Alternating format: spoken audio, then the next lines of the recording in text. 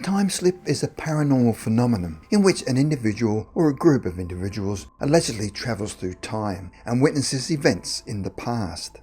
A time slip allows travel without any kind of time machine or other obvious mechanism, and it is usually only for a short period of time. The following two amazing stories happened in 1935 and 1968 and took place in Kent in southeast England, where two ordinary people, one a doctor and the other an elderly lady, had momentarily experienced the slip in time, where for only a few seconds were transported back in time. Dr. Moon. In 1935, a Scots physician by the name of Dr. Moon had a practice in Broadstairs in Kent, UK, and was in the village of Minster in Thanay, also in Kent. He was visiting a patient of his called Lord Carson, who lived at Cleeve Court. After talking to Lord Carson, the doctor left his patient and made his way downstairs into the hallway. At the time, his mind was totally occupied with the instructions he had given the nurse about the prescription he had left for Lord Carson. As Dr. Moon was about to exit the premises, he suddenly hesitated, as he had forgotten about an important issue he wished to discuss with the nurse regarding the prescription. While still at the front door, he looked outside and noticed that his car was no longer parked in the driveway. Yet he remembered parking it alongside a thick yew hedge, but the hedge was also missing. As the doctor looked at the surrounding environment, he also noticed that the main road that he had driven down had somehow been replaced by a muddy track. As he continued to look out in total confusion, he noticed a man coming towards him. As the man grew closer, he noticed that he was rather oddly dressed and was wearing an old-fashioned coat with several capes around his shoulders. He wore a top hat on his head that appeared to be from the 19th century. As he walked, you could see him smacking a branch against his boots, and swung over his shoulder was a long-barreled gun. The man then abruptly stopped and stared hard at the doctor. Dr. Moon stared back, sensing that this man looked straight out of the 19th century. Because the whole scenario had taken place in a matter of seconds, he did not appear alarmed or even surprised at the unusually dressed man and the changed scenery, or even his missing car, as he had more important things on his mind. He was more concerned with Lord Carson's prescription and abruptly turned and went back into the house. However, he did quickly turn back at the unusual scene that had just taken place, and, as if by magic, his car was back where it parked it alongside the hedge, and the driveway was no longer a muddy track.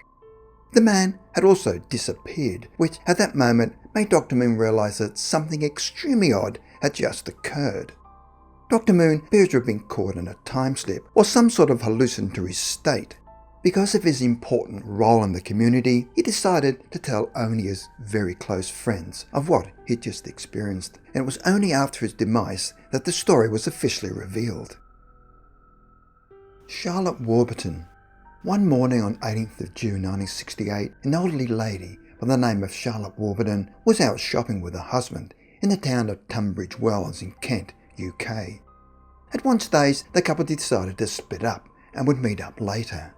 Charlotte was searching for a particular brand of coffee that she was unable to purchase at a normal grocer's and walked into what she believed was a supermarket in Calverley Road. As she entered the premises, she noticed a small coffee shop on the left-hand side and thought it strange because she had never noticed it previously and had been there many times before. As she looked around, she noticed that it was rather old-fashioned with wood-panelled walls. It looked like an old-fashioned cafe with antique decor. There were no windows at all, and the room was lit up by light bulbs that had frosted shading. As Charlotte continued to observe her surroundings, at the time she thought nothing odd. However, there were two women seated at a table that had rather long dresses, whilst about a dozen men that were seated at the rear of the cafe were all dressed in dark lounge suits. All the people were casually chatting and drinking what appeared to be coffee, but other than that, it appeared to be a normal sight in a country town. Charlotte then checked the clock, which was showing 11 a.m. Having seen enough and realising she was not going to purchase her coffee in this establishment, Charlotte casually exited the premises, thinking nothing more about what she'd just seen, and for some particular reason failed to question why the people were dressed in what appeared to be old-fashioned clothing. However, she did wonder why she could see all the clientele talking, yet she could not hear any sounds, which was highly unusual as the cafe environment is usually quite noisy. Another question arose in her mind as to why she could not smell the coffee she believed they were drinking, the food they were consuming, or cigarette smoke.